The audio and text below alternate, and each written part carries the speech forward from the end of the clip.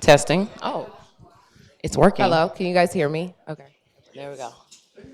All right, everyone. Welcome. Thank you for attending our Black History Month event titled Cultural Conversations, the Black History Month edition. I am Portia McCoy. I'm one of the co-leads for the Multicultural Alliance. I am Sydney Young. I am the other co-lead for the Multicultural Alliance.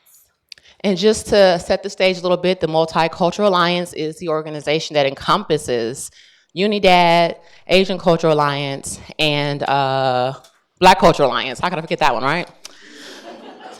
Um, so we are very happy to have our esteemed panelists here to talk about their experience as professionals and hoping that we all can take away a little bit of information as we ask these questions. Now, this will be a conversation, so if you have questions as we're moving through, please, raise your hand, let us know. If you're watching on Workplace, you can definitely type it in, and someone will be able to tell the question in the room, okay? I will let Sydney first also explain what is the Cultural Conversations series, because this is one and this is first of many. So I would say that when me and Portia were coming up with this event, we were just having conversations and wanted to make sure that this was something that everyone could take away something and learn from. And with that, I believe when we spoke with also like Victoria, we found that these are conversations that should continue to happen. We all have different cultural experiences, but we all are the same probably in some way. And if we just had conversations, we might find that or also find something that makes us different but is unique. So we look forward to continuing conversations. And I guess I will start by asking if you guys can all introduce yourselves and tell us a little bit about your personal professional work experience and how long you've been with Discovery. We can start with Savelle. Yeah, okay. So I've been with Discovery for almost 9 years now, and I joined the legal department at Discovery after being a partner at a large law firm in Washington, D.C. I didn't start off wanting to be a lawyer. I should make that pretty clear. I wanted to be a physician. Like I knew from day one, from the time I was about 2 years old, that I wanted to be a physician. But I was not good in science, I was not good in math, so I had to come up with what I would describe as a plan B. So it was probably around my junior year in college that I decided maybe I'll just go to law school. And I think the reason why I wanted to be a lawyer was to try to help people, first and foremost, to try to be a social engineer of change and to figure out a way that I could contribute to make things better and to solve people's problems. And I feel very fortunate that being a lawyer allows me to do all of those things and sometimes more. Again, going back to plan A and plan B, I had all these grand plans about going to law school, getting the exact job I wanted after law school, and nothing went according to plan. So after law school, I clerked for a judge for 2 years at a trial court, and it was a really good experience because it helped me figure out what type of law I wanted to go into, because I really had no clue and I didn't really know. And being around lawyers in the courtroom, speaking in front of juries, litigating, spoke to me in a way about storytelling and definitely has a connection also to media. So I decided to go into litigation. But after I finished that clerkship, I was getting offers to be like a personal injury lawyer. So for those of you who don't know what that means, it's like an ambulance chaser. Like people get in a car crash and you help them. Late night TV. And yeah, so I didn't want to do that. So I decided to take a job in DC to become a divorce lawyer, which I really had no interest in, but ended up being really central to my career here as a media lawyer at Discovery. So I was representing clients in divorces involving the rich and the famous, and cases involving complex business assets. And one of the individuals I represented was a woman by the name of Victoria Weston. And she was married to a guy named David Weston, who happened to be the president of ABC News. Yeah. And I thought, how did this guy, okay, because he started off as like an M&A lawyer, how did this guy become the president of ABC News? And I thought if he could do something like that, then maybe one day I could get into media law as well. So in any event, I went to Aaron Fox, where I litigated all types of different cases: employment, cases involving Louis Vuitton handbags, cases involving pet food, all different types of things. And then got the opportunity to join Discovery, and I've been here ever since and have enjoyed it. Nice. Hey guys, I'm Greg Regis. Nobody I knew that this was a job. Uh, so, and I didn't know this was a job until I was literally getting out of college and I had this one adjunct teacher who said, "You'd be good at this." And I'm like, "Good at what?" And so it's complete unknowing. So the lesson here is don't worry. Things tend to work out. But I started out in media planning because I met a guy, well, my cousin sent me to a banker, and you learn right away what you don't want to do. And so there I am in Citigroup building, and I'm thinking, yeah, I don't want to do this. But he knew a guy who knew a guy, and keep that in mind. He knew a guy who knew a guy, and all of a sudden, he was like, hey, you know what? This guy's starting his own business. And what he had done was he was actually at the time at a big ad agency, and he worked in the P&G account. And they sort of told him that there was a ceiling for him. And so what he did was, he was smart about it. He started to sort of moan and groan about it, but then he said, you know what, why don't we work something out? So they gave him a ton of money to help him start a business. And he started a business where he was investing in wireless spectrum and all kinds of stuff, right? Tangentially to the media business. And so in doing so, when I met him, he was like, look, if you don't know what you want to do, which I did not know what I want to do, why don't you go to an ad agency because you can see a lot. And then from there, you can figure out what you want to do. And so that's what I did. And I had two offers, and I picked one. And I worked at a place where the title was sort of like either you make it or you run screaming from the building. So I didn't run screaming from the building, but it was one of those things where it sort of prepared me, and I saw, folks who sort of do what I do. And at the time, I decided they put me in a sports marketing group, which is pretty cool. And because most of media is sort of like, P&G and Kraft and things of that nature. And, I was buying racetrack time at the Poconos and crazy stuff like that. But that was like 10 or 15% of my job, and the rest of it was like, Pampers and, stuff like that. So I decided to get into sales. I had a client who was a B of Goodrich, and he said, ESPN's a pretty cool place. It was sort of booming at the time. And he said, you should think about sales. So I didn't get to ESPN, but I might have been the first person in America to sell a regional sports channel nationally, because it wasn't a thing. And did pretty well, and we started a rep firm to rep all these sports channels, which eventually became Fox Sports. But I left to go to ESPN as a junior AE. And to tie it back, at ESPN, did okay. It was crazy. Everything you've read is true, and it's more. There's a lot they left out. And so ultimately, the one thing you have to learn is when you're really rich, the one thing you really hate more is a guy richer. So at the time, there were people named Steve Case and Jerry Yang, and all these guys were worth $3-4 billion because they had started something called these websites, these portals is what they called them.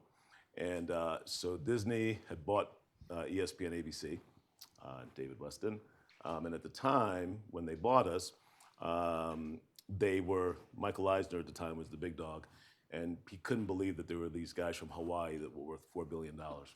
So we decided to go fight toe to toe. And by the way, AOL had just bought Time Warner. So that was like a real moonshot. And what had happened then was we decided to start something called Go.com. And they put me in charge. I was an AE who had just missed out on a promotion like maybe 6 months beforehand, kind of pissed off about it. Everybody thought I was going to get the job, and I'll never forget, one guy came up to me and says, like, well, congratulations. I'm like, what do you mean? He goes, well, you got the job. I'm like, no, I didn't. He goes, well, I didn't get it, so it had to be you. So I'm like, no, I didn't get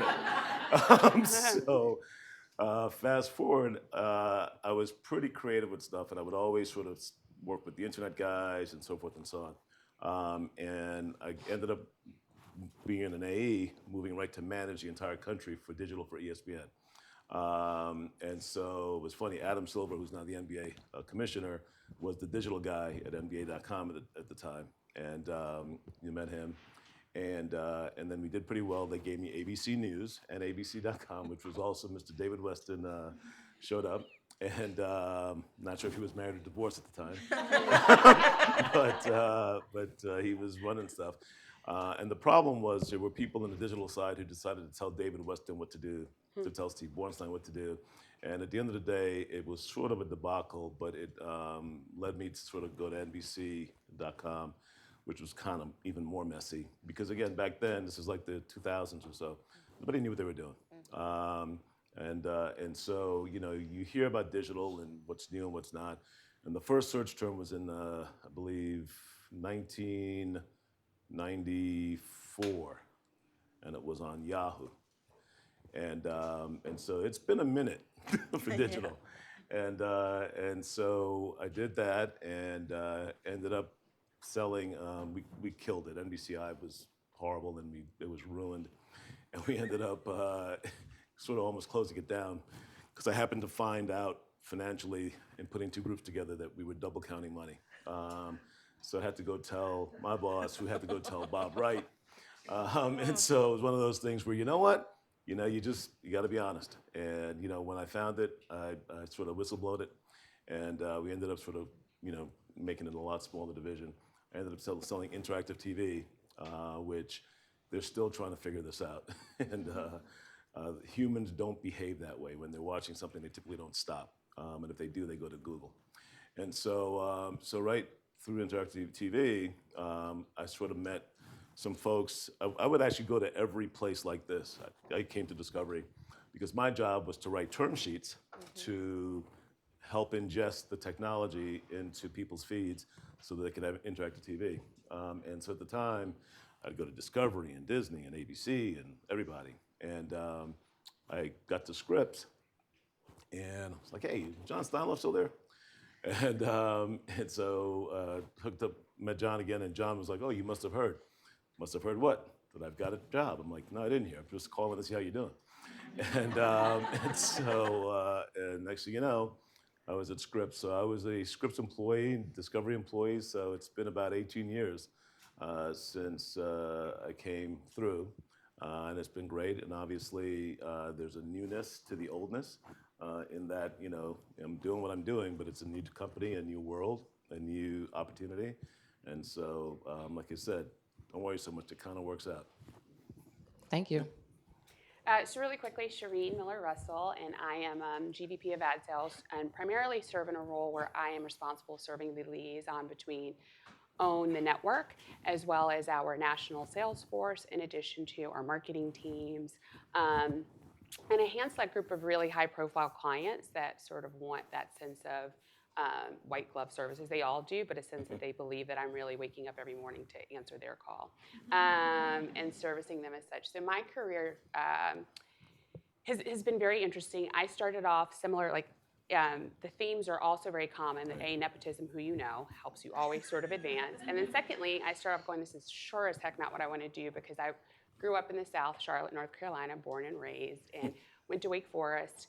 And coming out, thought I would probably work in Charlotte, either at a consulting firm or at the time it was Nations Bank, now Bank of America. And my dad was like, you just need a job that has benefits and pays X%, you know, and you know, you can afford your rent. And so I was like, this just doesn't feel exciting to me. I would sit in these banks and go, I don't even enjoy managing my own checkbook, let alone somebody else's. And so why am I doing this? And is this where I want to be? And it just didn't inspire me. So I was interning through Inroads, which some of you may be familiar with. And then I just said to them, I want something more exciting. I want something connected to media. And an alumni from Wake Forest, I came up to Goldman Sachs for a networking event. And ironically, I would be at Goldman Sachs and talking to folks at JP Morgan Chase. I'm telling you all this because at JP Morgan Chase, they were like, we'd love for you to have a job here. You've done Nations Bank, like you'd be great. I'm like, I really don't think I want to be in finance, but I was so intrigued by JP Morgan Chase. I had interviewed for an opportunity intern at P&G. That also didn't happen. Like you had to score a 90 on a test, and I scored an 89, and I was like, so close, but in hindsight, divine order, and then it didn't work out. But another full circle moment. So all that to say, someone said to me, I know someone, an alumni from Time Inc., Time Warner, who you might be great to know, introduced us. I came in, I had such a southern drawl, they thought it was cute, and they were like, you are, you know, and I had on my perfect Ann Taylor suit, matching shoes, and pantyhose. And I just thought, I am like Mary Tyler Moore in New York. Like, I'm going to get this internship. Thankfully, I got it. So I started off at Time Magazine interning in PR, but quickly realized that I enjoyed marketing. There was a publisher. Another theme in my career, there's always been one sponsor that I've had that has sort of sought me out and given me opportunity and platform for advancement. So the publisher at the time, Bruce Hallett, said, I'm going over to Sports Illustrated. I want you to come with me. I went over, and he gave me access to a platform we were developing, trying to compete against ESPN. And the market share we were losing for young people that were watching SportsCenter and not really thinking of SI as a magazine, but rather their grandfather's magazine. So I helped launch a college sports magazine. I was 23 or 24 at the time, so it gave me an opportunity to have front row access to the business, how things were going. That jumped off really well. And then the new publisher, Dave Morris, who is now ironically the chief client officer at CBS, said to me, I believe in you. I'm going to invest in you. I'm going to make you a salesperson. I think that you should be selling. And so I was the first African-American woman to ever sell for Sports Illustrated, believe it or not. And it was like in a 50-year history of the magazine existing. I did not know what I was doing. I was going out on calls like, oh my gosh, trying to really represent and assimilating a bit, trying to very much mirror what I had seen had been done before. But then got more awareness and opportunity to grow and succeeded, and then was tapped by MTV to come in 2006 to come and work in their new business team and help them really lean into millennials before millennial was a term, and help brands connect with them. And so I did that. And again, at that time, the person who pulled me there was Dan Levenger, who is now the head of sales for NBCU. And he said to me, I believe in you, I'm gonna invest in you, and I'm gonna help you. And so he did.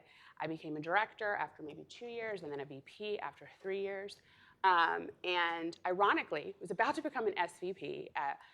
And the team said to me, we want you to take on MTV, VH1, and several other networks. And at the same time, OWN had called me the year before and said, would you be interested? And I thought to myself, it's OWN, it's so small, I can't imagine that there'd be anything there for me. And it's like, I watch Iyanla, but I'm not a huge sort of innate Tyler Perry fan, so no thanks. And so they were like, who says no to us? But it really was just where I was. And then as I was exploring the advancement at Viacom and going through that next process, we had welcomed our second son. And I looked in my house and I was like, okay, I am in a home of 3 black men, and I'm going to advance in that we have 2 sons and my husband. And so I was like, and I'm about to advance my career, but I'm going to be working on a network that promotes a lot of narratives that are stereotypical and really don't serve the audience in the way that I feel like I'm ready to go. And it just didn't feel aligned with my spirit anymore. So the OWN team called back, and then I started talking to people like Kit and other folks within the human resources team. And the SVP at the time said, I'm going to send you something to look at, and maybe it will help change your decision.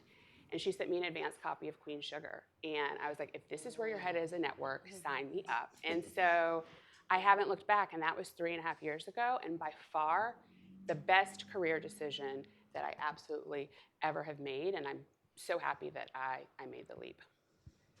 Thank you. Along the theme of career advancement, there was an article published by a Harvard Business Review titled How African Americans Advance at Work and What Organizations Can Do to Help.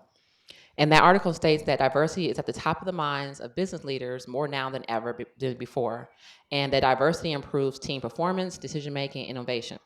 However, Black people make up 12% of the workforce, account for 8% of managers, and 2% of Fortune 500 senior executives. And there are only 3 African-American Fortune 500 CEOs. Now, with all this talk about diversity, where do you think the corporate America is falling short as Blacks continue to be underrepresented as we move up the corporate ladder? Who would like to take that question? I know there was a lot of preface to that. I have rarely seen myself in this industry. Every room that I have gone into, I'm often, by way of ad sales and media, one of very few, if any, other Black women, really. I can count on one hand the number of Black women in senior management in our industry, national as well as broadcast, in ad sales, which is, it's a travesty on so many levels, but it is also historical in that, to the point that Greg just mentioned, when it comes to ad sales and what I do in media, you know, I grew up in, just as my dad had said, either you're a doctor, a lawyer, or a banker, or a teacher, and those were the opportunities that were made accessible to us. Media just wasn't there. And growing up in Charlotte, and this industry being so driven by nepotism of someone saying, I play golf with so-and-so, so I'll give them access to this. I wasn't here, and so that proves to be the same for I think a lot of Black women and men, which was we just did not have access, and so thus our arrival into this particular industry is a little bit later than others, if I'm being very candid. And I feel as though a lot of that is going to continue to change media and entertainment, just because. The ability to take control and have content creation, the ability to be storytellers and create for crowdfunding and create your own stories allows certain people to be put in position to do things differently, and hopefully that will continue to expand and permeate beyond the creative side of where we do things.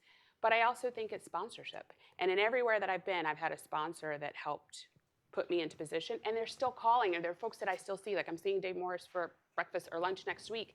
I think it's also maintaining the relationships where people who've been invested and want to see you continue to do well. And thus, those people who then get in position must also bring people with them when they do so, and be mindful and responsible to creating opportunities where there's younger associates as well as peer associates that want entry and access, and giving them that access and opportunity. I would say that it's sort of two questions, right? One is just in general representation, and then there's media, whole other ballgame. And so what I would say is when something, you thought you were going to be a doctor, I was pretty good at math and thought I was going to be an engineer. Those guys were really good at math. And so I went to an engineering high school in New York. And in engineering and in law and in medicine, either it's right or it's not. And I think in jobs where either it's right or it's not, it's I wouldn't say easier, but it's clearer in terms of like your success or not.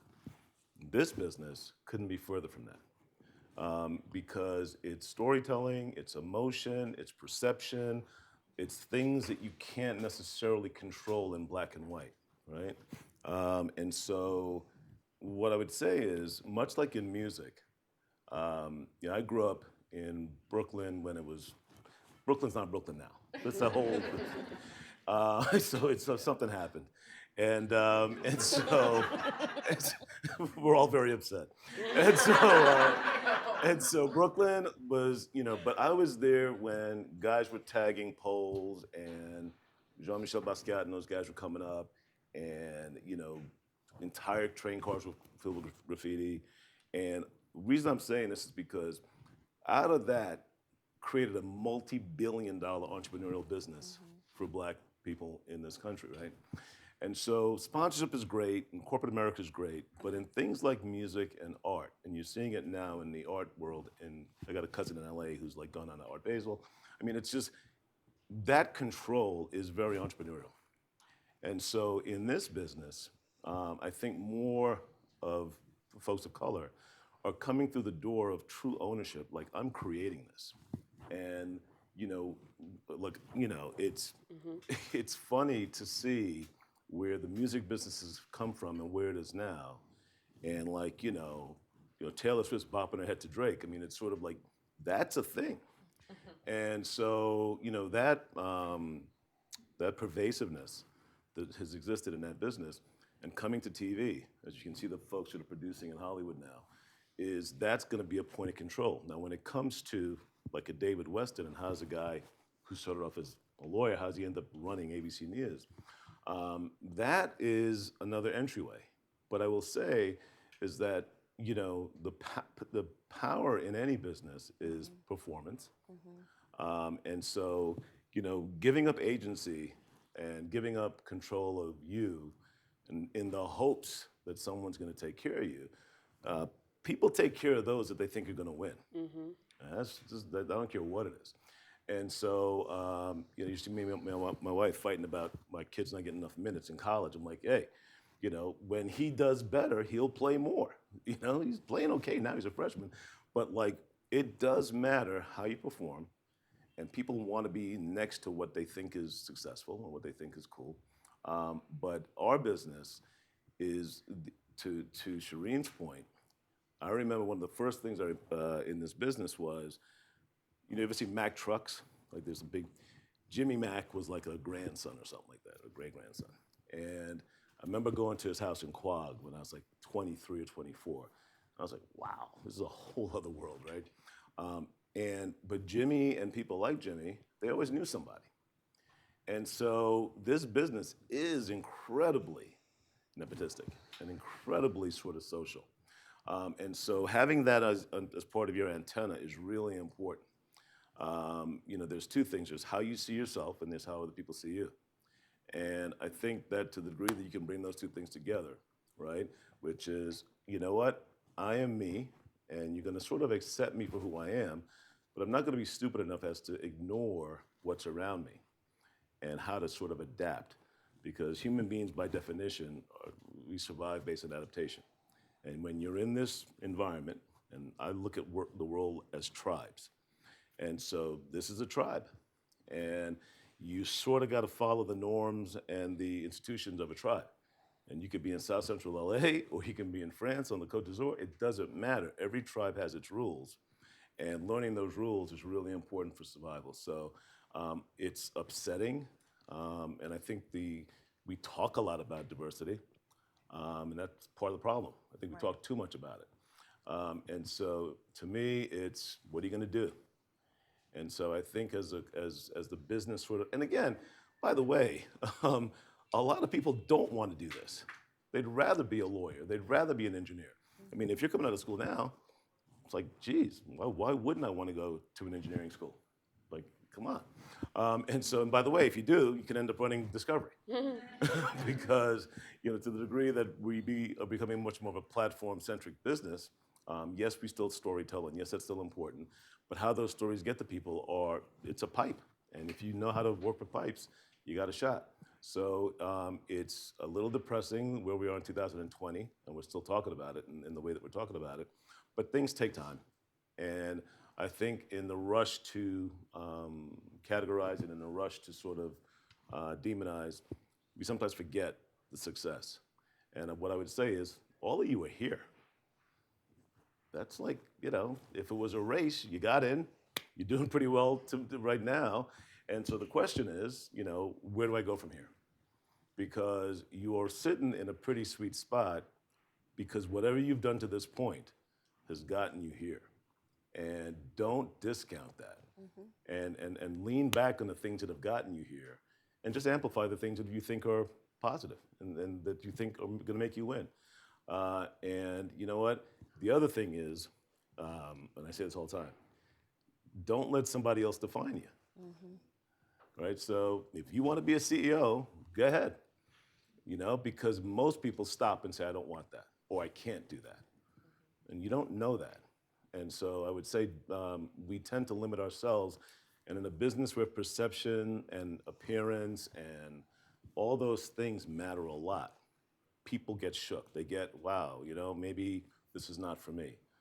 And what you don't realize is, people are looking at you in some cases going, boy, I wish I was like that.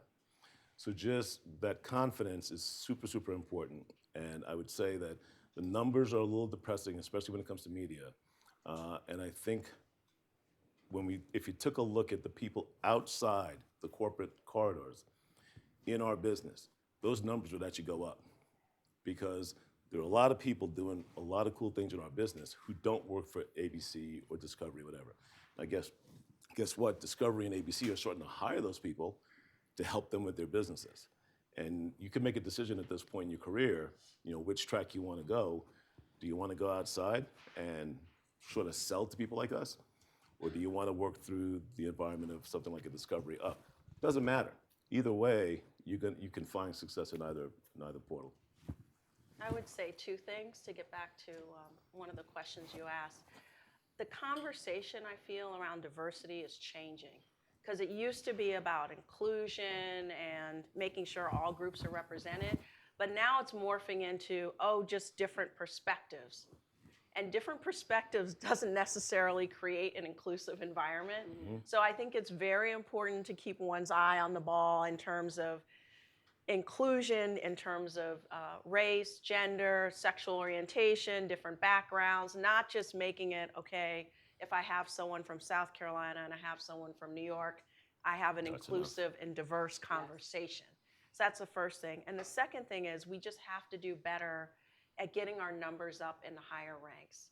Until that happens, it's very, very difficult to to see, executive numbers changing when you're talking about minorities and others being more at the management level. And that's just the reality. It's the same thing at law firms. It's the same thing at major corporations. We just have to get the numbers up. A lot of times the numbers at the more junior levels are extremely good, but we've got to do better in terms of progression and elevation. And it's tough because, I remember like when we bought Travel Channel from Cox/Discovery at Scripps, and I got the job to run the revenue side of it. And it was interesting, without really thinking about it. It was like me. I mean, it was like the UN, right? We had like 3 Filipinos, 2 Koreans, 3 black kids. It was like, and it was only like after the team had been built, and we sort of looked around. I was like, hey, wait a minute, and it was never a question of would we succeed. Of course, and we crushed it.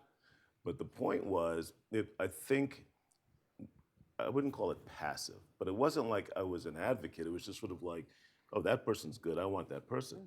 And they would look at me and go, I want to work for that person. And so I think that is a thing. And I think that we do have to get a better definition of inclusion, diversity and inclusion, because it's morphed. And the Journal just ran a piece on why aren't there more female CEOs, right? And you could start there, but there are a lot of other folks that aren't CEOs. And so, it's an interesting sort of twist. And, from a political standpoint, the word has been sort of co-opted and to benefit, not equally. And I think that's something that, it's a real thing and you can't give up. But I do think that the way it's been employed has been interesting in the last, I'd say, 10 to 15 years. And what started out with the civil rights movement and people getting beat in the streets to what it's become in 2020, we might want to do a look back and just see if we can piece together where it's sort of turned into something else. Thank you. Sydney has the next question. So studies show that people of color, especially women of color, do not speak up for themselves or push for promotions. What advice do you have for someone who may be experiencing a similar issue? Sylvia, I'm really good at speaking up for other people. I am not good at speaking up for myself, but I would say my mantra has always been let my work speak for itself. And so I try to outwork everyone I can outwork. That's just historically how I've approached things, and then I kind of hope for the best. But I do think that there are 3 things that are really important: results, relationships, and reputation. And those 3 pieces come together, and I think they're helpful in terms of making sure you're in the right place for the right opportunity. excellent. Thank you. Those 3 R's are definitely very important, and I will remember that. So if I had a pen, I would write it down. I promise. It's on tape. Okay, so the word sponsorship has been mentioned a couple times already, but when you think about professional and personal development, how do you get a mentorship or mentor? How do you get a sponsor? And like, what do those conversations look like? So I'm not sure I know the difference between a mentor and a sponsor. What I know is that there's certain people along your career path that, as these 2 have mentioned, will help you and guide you. I don't like, personally, formal mentorship relationships. I tend to bristle at them. Yep. I tend to gravitate more towards informal relationships where I can help them, they can help me, and it's more of a give and take. But I do think you can't succeed without having somebody in your corner who's willing to go to bat for you in whatever phase. And I think people should be open to looking for those opportunities with people who don't look like them, because all of my mentors have been either white males, some instances white females, but they've been people who don't necessarily have the same cultural shared experience that I've had. But what they have had is experience in an industry where I wanted to succeed, a Rolodex that I didn't have, and a willingness to help. And sometimes I think you have to be willing to accept that help and embrace it. And that can make all the difference in terms of your access. Because one of the things that keeps coming up, Shireen mentioned, Greg mentioned, is access. And being in a position to have the opportunity to show what you can do. Everyone in this room probably can do 100 things really, really well. It's about having the opportunity to show that you can do that. And part of, especially at certain levels, it's that access that makes the difference. For me, I would say mentorship has been going to someone and saying, how would you navigate this situation with a colleague or a superior? Or me doing that for someone else, in addition to creating a safe space to just dialogue about things that are happening personally and professionally, and also being able to give that very honest and candid feedback on this would help you, this would be beneficial for you, or this is how I would explore that situation. My sponsorship examples have all been people who are in position to say, I've seen her performance, I'm investing in her performance because I know I will also benefit to the bottom line because I know that she can deliver for me. And interesting enough, all of my sponsors have been white men. And every part of my, not exclusively, but I would say probably up to Discovery, they were all these publishers and presidents who said, I'm going to give you access and opportunity. I see that you have it, and I want to invest in you. And so that gave me access that I otherwise could not have created, could not have bought, did not have the relationships from a familial standpoint to get the access and the entry. The other key piece is once you get there and once you have the access, it's managing how you show up from a representation perspective, knowing the cultural codes. It's not so much about assimilating, but it is about sort of learning and responding to that culture and learning how to navigate that without compromising yourself and your own integrity, but recognizing that if you're in France, you might do something very different than if you were in the Caribbean, and thus recognizing those cultural cues and figuring out how you can navigate them in a way that feels right. And I think that continues to support the 3 R's, which are the results, the reputation, and people respecting and seeing that you can deliver. Yeah, it's results and reputation for me. And I would tell you that, like, I don't constantly think about it because I definitely have never had an official mentorship thing, never. Part of it is I don't think I wanted it, and the other part is I think at that time it kind of wasn't a thing. And if it was very, I think in industries that were like different than media. So media was not a place for that. But it's funny. I was at CES this past January, and it's a thing with me. I'll walk around and I just hear Greg, and so I looked around, and when I got that job to sell regionals, again, it was one regional sports channel at the time. 2 things happened actually. The guy that ran the media department at the agency was on vacation, and my boss's boss, who was under him, my boss's boss, wouldn't let me quit. It's like, what do you mean? He said, well, Alec's on vacation and gotta wait till he comes back. Like, why? So I'm like, all right. So I sat and talked to Alec, and I hadn't realized at the time that everybody at that level, A, knew who I was, and B, saw what I was doing. And so I was like a bit of a shock. So I left anyway, and Charles, who saw me at CES, I remember, someone believing in you is the gold. Like, that's the thing, right? You got to believe in yourself, but that little extra push of someone else believing in you is really huge. And Charles at the time said, and his dad and his dad's brothers, all of them had been in the local TV business, and they had all sort of been successful. And Charles said, he goes, you know what, Greg? He goes, like, you could be my boss one day.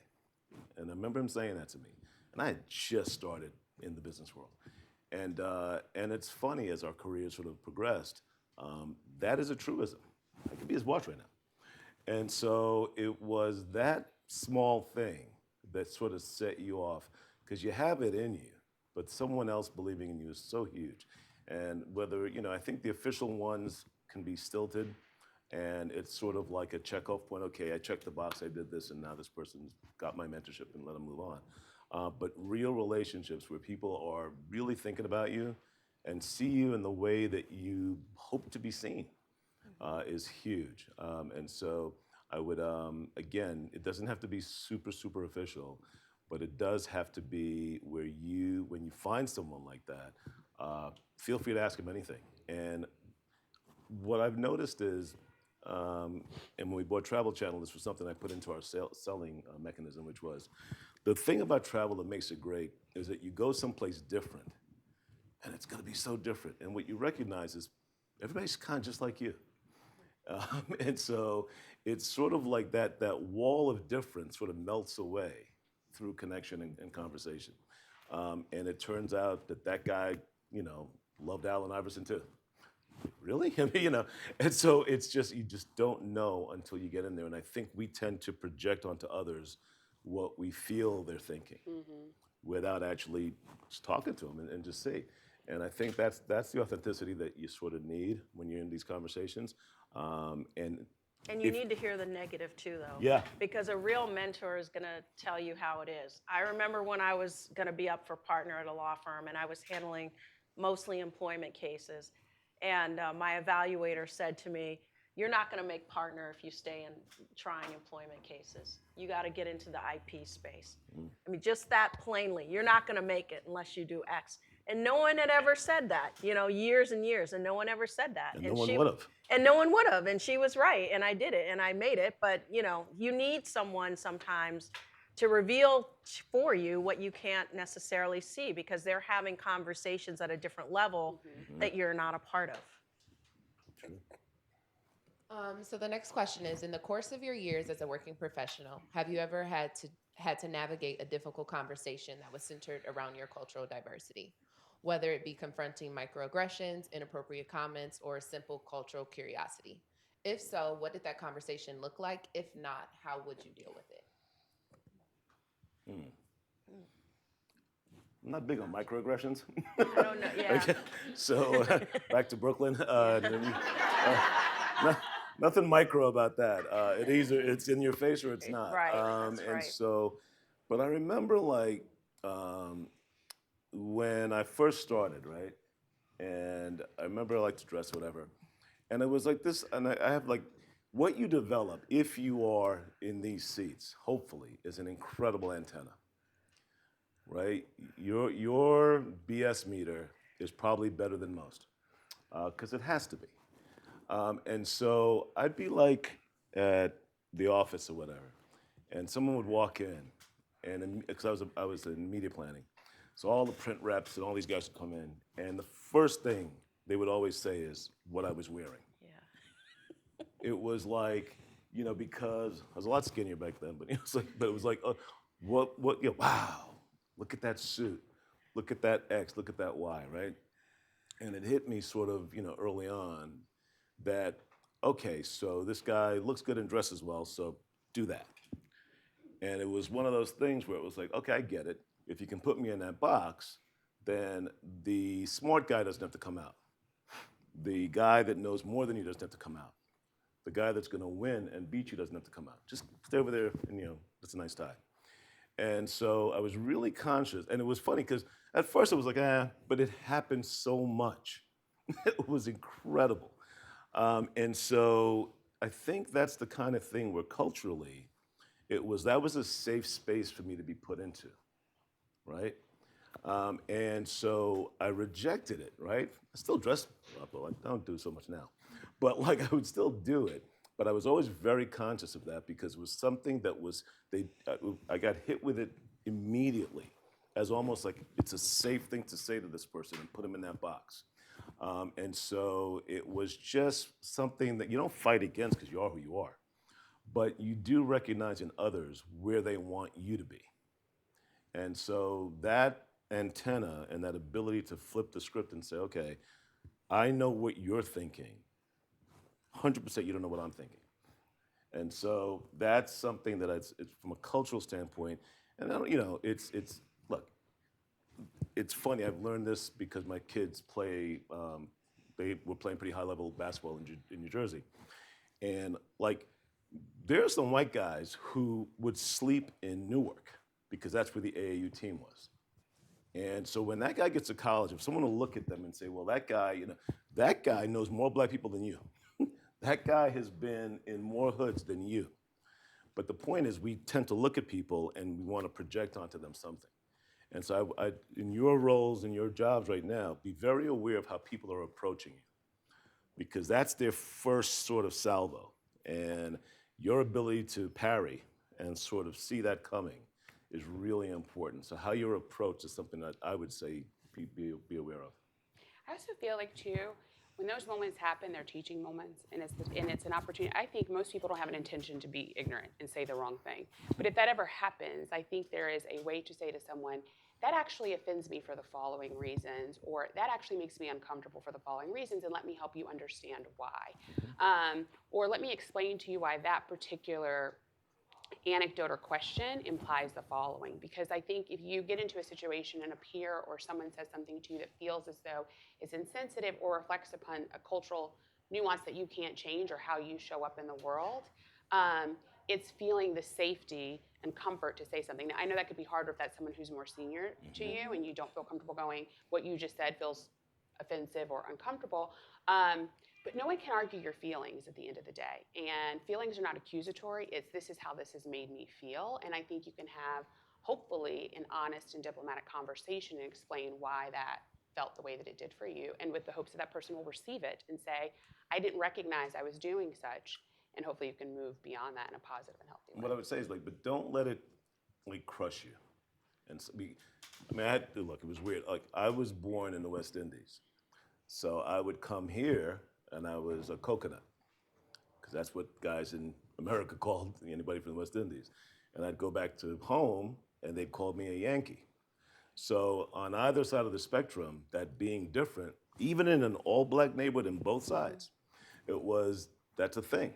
And so if you let it, again, define you to the level where you're like crushed, that's on you. And so people are gonna say dumb stuff all the time. Sometimes it's just dumb stuff. Sometimes they wanna test you to see how you're gonna respond, you know? But like I said, I'm a believer that your antenna's probably pretty well attuned, and paying attention to those things, and use them. You know, the power of judo is to use someone's strength against them. And so if that happens, play a little judo and don't super respond. You know, just learn how to turn it into an advantage for yourself. Because what I would tell you is almost the ignorant stuff is one thing. You know, I just don't know. But the other stuff is actually a sign of their weakness. And it's a sign of their deficiencies and a sign that they're worried about stuff. And so when people come at you like that, it's usually because of something that's lacking or missing with them, and they're needing to sort of show dominance or show some primacy over you, because you might look like an easy target. Use that against them. Thank you. We are running low on time, but we could ask more questions. But does anyone have a question in the audience or online? Here, bring a mic to you. Hi, my name is Carl with a K, and I am on the, I'm on the advertising sales team here at Discovery. I really want to thank all of you for coming here today and sharing the Black experience, during your career and even now. It was really important for me to be here today because I wanted to see people that look like me in positions of power, because I'm new here and I've got to say that I haven't seen that, right, in the office that I work at. So no AEs, no Black AEs, or no Black sales planners. And my question for you all is, we talked a lot about opportunities and access. And so where and in what ways do you feel that there's room for improvement, or that there's work to be done for the professional development of Black people, or just people of color in general here at Discovery? So, knowing that there's more work to be done, or where do you see that there's room for improvement for that? What building are you in? Are you in 1180? I am now in the 1150-80 building. 1180. I was in this amazing building, but now I'm in an even more amazing building. So you must not be on my floor. But I will tell you that you're young, and it's something we wrestle with all the time, right? Because you'd love to hold on to everybody, and so just think about. I'm always take things back to math, right? And so don't bring it back to math, please. But numerically, right? If there are 50 kids, like in your role, are you assistant? Okay, so there's 100 assistants, and if there's 4 Black ones, right? If the percent stay the same, so like half of the kids leave by the time they're planners to go to other jobs, because you're 25, 26. Your job is to get another job, and so math-wise, that would be 2 left, right? And if 25% of kids leave, after they become a planner, Now there's like 1.25 of you, right? So that is an issue, right? So how do we get that 4 to be 24?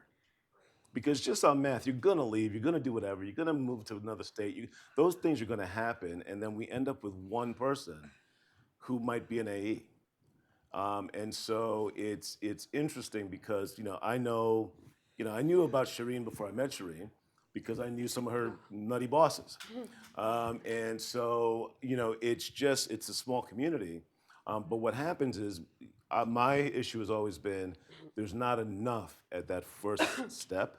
And so as a company, as an organization, outreach to get folks to even consider this business and then figuring out how to get them in is really important because to me it's just math. By the time you're 27, you are doing things and you might stay, you might leave, you may change industries, you may get married, like all those things happen. But if there's only 4 of you at the beginning, we have a really tough time having an AE that's African American. So I'm going to take it out of the math for a second because I'm mathematically disabled. Okay, I've admitted it now publicly to the world. I would just say that, look, for me, I was always a planner. Once I figured out what I wanted to do, okay, this is what I want to do. How am I going to get there? How am I going to position myself to be in the best position to obtain that goal? What do I need to do? 1, 2, 3, 4, 5, and then just working it and working it and working it and working it. Then I came here and I kind of let that go a little bit because being able to work in the law and television for me was a dream come true. To be able to marry those two things. And unlike these two illustrious panelists, I didn't have any real or true background in media. So I just felt really fortunate to be here. I would say it's also just really important to be passionate about what you want to do, have a plan, hold yourself accountable to that plan, do the best you can do. Anyone who's willing to give you a helping hand, reach out, don't ignore it. And just be open and optimistic. I know that sounds a little. It is.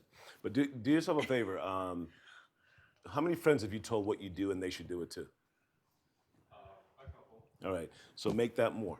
And part of this is just not, like people don't know. And if you're having a good experience and you share that, then all of a sudden we get more folks to show up. So that's been, to me, an issue, right? I'm the only one. I'm going to stay in this corner. Reach out because even at your level, that influence to say, "Wow, he's doing it," maybe I can too, and that would be really helpful. Talk us up as part of internship opportunities. Absolutely. If you have relationships with schools and colleges that you want people in culture to know about, or organizations at schools and colleges that we can go to. Yep. Legal's partnering with the local school in the city to try to let people know at an early stage about careers in media. So Shoot people like us at resumes. Touch points. Yeah. And I would just say that when you say, how can we do better? I commend that this room is happening right now at Discovery. And then at a breakfast in the morning on Tuesday, we're having this very candid, open conversation. And you've got diversity in the room, which demonstrates the company's commitment to supporting the affinity group, but also just a space so that we can make sure representation exists, but that we are also creating a culture where feedback and candor is allowed and celebrated. And that in and of itself is a check that a lot of organizations still are challenged with. So, and everybody has room to grow. Like I don't believe there's one perfect organization at the end of the day, but where you see there's opportunity for us to do better, I think it's raising your hand and saying, I have a thought, I have a suggestion. And I feel like our people and culture team has been incredibly receptive, at least to things that I brought forward and said, all right, let's explore it, let's try to figure it out. And so I think that's something that you can think about when you identify things going, hey, how do we bring up a conversation or potentially help lead to opportunity for advancement for all of us? Because we'll all benefit, not just the Black affinity group, Are there any more questions in the audience? No? Well, we're definitely right at our time. We are very appreciative of you all joining our panel. Let's give them a round of applause, guys. They gave us so much good information.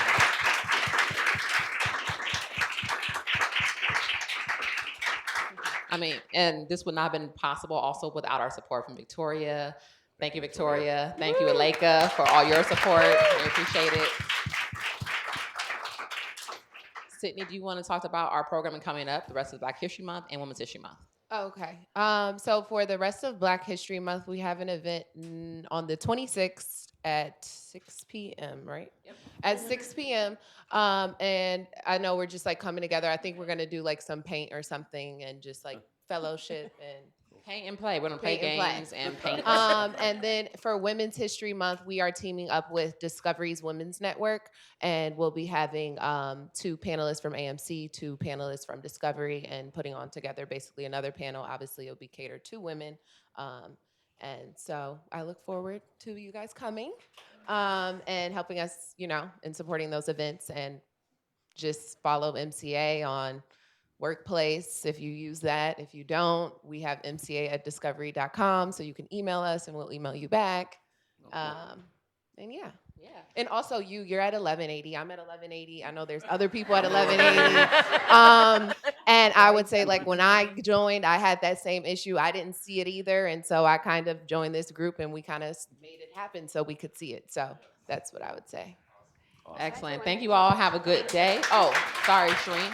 I'm sorry, you all had one question that we didn't answer that I just want to say, and it was like, what advice would you give your younger self? And I just want to say this to all of you, because I think you're all obviously looking at you, don't know you all, but dynamically interested in listening. The advice I would give my younger self is, as you are, you're enough. Every room you enter, every space that you are. And so bringing your full, unapologetic self to the office in the sense of who you are, and recognizing that there will always be a place in our space that receives. And when I first moved to New York, I was trying to get rid of the Southern accent. I was trying to pretend like I was everybody else. I had half of what they had and knew very little about what they did. And I didn't just truly lean into myself. Being at Discovery in full candor is one of the first places and times I've shown up at work 100% Shireen. Part of it is I work for a network that reflects me, and that's part of the celebration. I'm so grateful for it. But if I could go back, I'm 41, telling myself this now. If you're in your 20s and your 30s, wherever you are, as you are, you're enough, and you were created as such. So show up and shine as that, and the right rooms and the right people will always see it. True that. Great words to leave on. Thank you. Thank you.